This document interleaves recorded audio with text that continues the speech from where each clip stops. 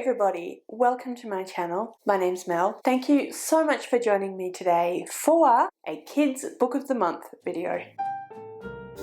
So we have quite a few new people to the channel. Thank you so much to everyone that has joined recently. I'm absolutely amazed and so excited to have you all here. But many of you will not realise, because I haven't done it for a while, that I was doing every couple of months a video where I talked about kids' picture books predominantly, although I have talked about middle grade and chapter books occasionally as well. Also, for those people who are quite new to the channel, you may not know that I am a primary school teacher, so elementary school and early childhood educator, and so I really enjoy kids' books. I enjoy talking about kids' books, I enjoy reading to classes and groups of children and one-on-one, and I think that picture books can be really fantastic for a variety of different reasons. So I decided quite a while ago that I wanted to do a regular video on my channel. I started out monthly, then I went to bi-monthly, and I haven't done it for quite a while, so I need to bring it back because I do really enjoy it, and I know that there are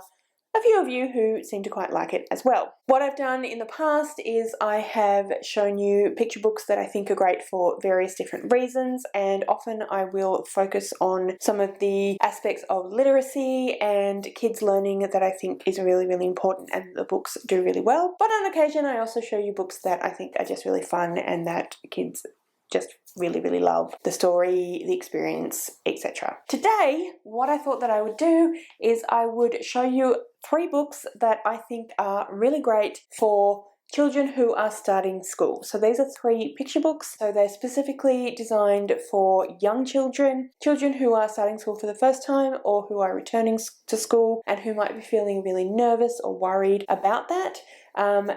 These 3 are, of course, not an exhaustive list. There are many picture books, chapter books, and middle grade books that deal with the topic of going to school, going back to school, making friends, fitting in at school, all of that sort of thing. So I highly recommend that no matter what age your child is, you see if you can source a book that will be interesting and beneficial if they're struggling with the idea of going to school or going back to school, or even just because they're going back to school. It's always great to read books that they will understand because they have the experience of. I know that us in Australia, it's nearing the end of term 3, or is in fact for some of us at the end of term 3. So you may be wondering, why on earth am I doing this now, given that we have at least another term probably left of the year, and then it will be the end of the year. So I might in fact do another one of these again in January, but for quite a few of my followers, my subscribers, people watching, it is in fact going back to school season. I know that people in the UK and the US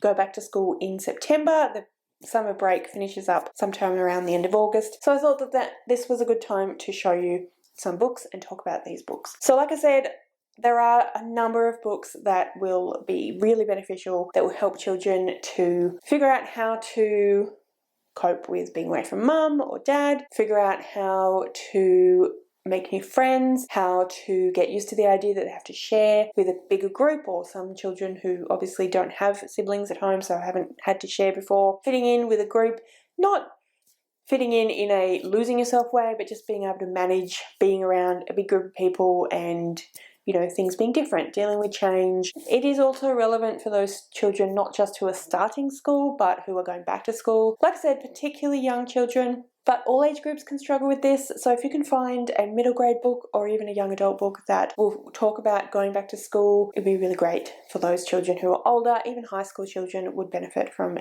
something that would give them a sense of that they're not alone, that other people go through this, and just giving suggestions of how to cope with this.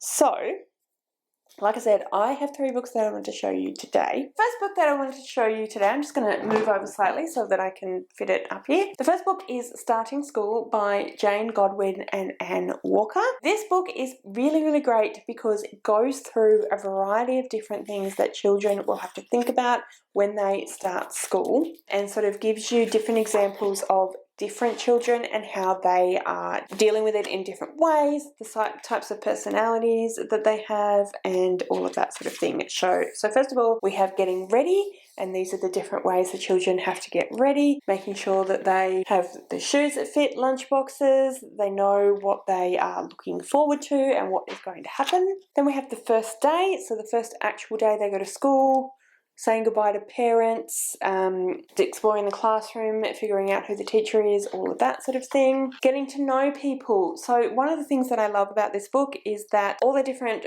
children in the book who are starting school in this class are from a range of different backgrounds and different parts of the world. So I think that's really great because it's really inclusive. And like I said, it has variety of different things that you might experience as a child starting school, different names that you might come across from a variety of different cultures as well. And yeah, just as I said, making friends and the different ways that each child is going to approach that situation, being in the playground, what sort of things to expect from the school and being in the school and all of that sort of thing. So I think this is a really beneficial for children who are starting school for the first time, going into kinder or prep or whatever it might be called. And yeah, like I said, it talks about all the different specific things that children might be concerned about or that they're going to have to do as part of being at school. So it gives some advice by talking about these children who are in the book. So it gives you characters and gives you different ways that they are feeling. So for example, doing work. Joe has lots of ideas and his writing is messy. No one can read it, not even Miss Quick. Sunita and Polly measure their new friend Angus. Polly is the tallest and Angus is the shortest, but I'm growing every day, says Angus. Packing up, which I think is really important. A lot of children do not know how to do that. Going home, and then the best things that you'll find at school and talking about school. And at the end it says, what did you like about school? So it invites children to think about some things that they enjoyed about being at school. So I just think this is a really fantastic way of introducing the conversation. It also helps parents to kind of go through and go, oh, okay, so these are the things I'm going to have to be aware of, that I'm going to have to think about, that I might want to talk to my child about, be in a bit more depth to prepare them for. So I just think this is absolutely wonderful, fantastic way to start. And like I said, it's very diverse, which is also amazing as well. So that was Starting School by Jane Godwin and Anna Walker.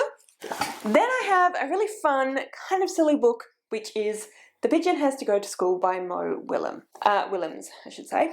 This is a book that is in the series about the pigeon. The pigeon gets into all sorts of different difficulties and troubles. The first book of this was Don't Let the Pigeon Ride the Bus, and it was all about the pigeon wanting to ride the bus and the bus driver not wanting the pigeon to drive the bus. And the pigeon is very silly and naughty and silly. So the pigeon is really not coping with life because the pigeon has to go to school and he doesn't want to. He is not happy that he's going to have to get up in the morning. He is worried he won't like school. He's worried about what if the teacher doesn't like him. He's worried about all the stuff he's going to have to take to school. He is just generally freaking out about the whole entire concept of school. And then he has to get on public transport, he has to get on the bus, he has to go to school.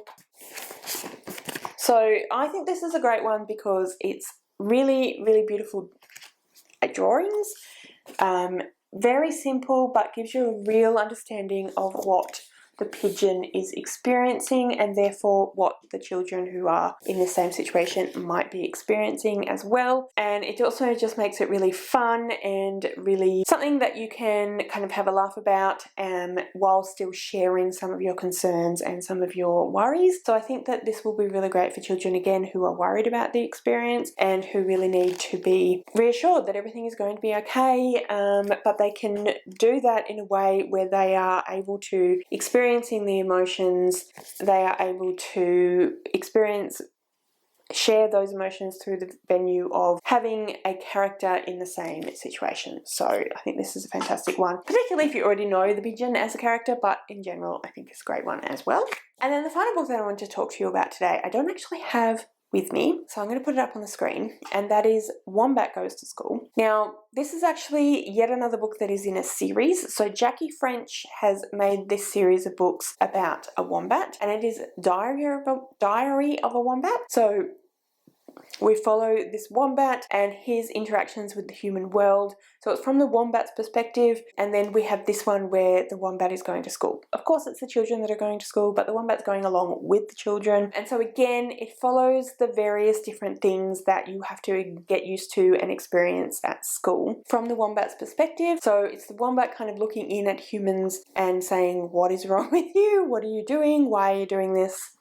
I don't understand, etc. Which is, again, I think a really fantastic way of expressing some of the things that children might be feeling, that they don't understand why they have to do these things, they don't understand why they have to go to school at all, like Pigeon was saying. They don't understand the various different expectations of the school, of sharing, of lining up, of when you sit on mats, when you sit at desks, what you're supposed to do, listening to teachers, not talking whenever you want to, all of that sort of thing. It's very difficult for a lot of children to have to go from being at home, potentially being the only child, if not then at least one of only a few, into a classroom with lots of other children the same age, all who have the same experiences, all who maybe don't necessarily know what to expect, who are scared, all of that sort of thing.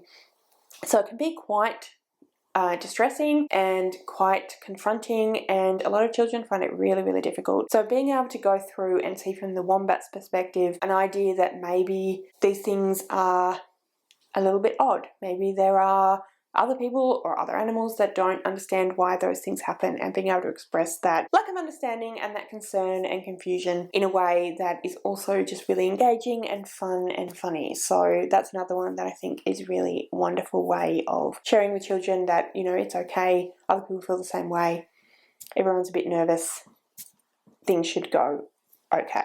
So those are 3 books that I think are really wonderful for children starting school or returning to school. As I said before, quite a lot of the world are going back to school now, so I wanted to give you some suggestions. As I said, also there are many, many, many books that deal with this, so I highly recommend just searching Google, local library, etc.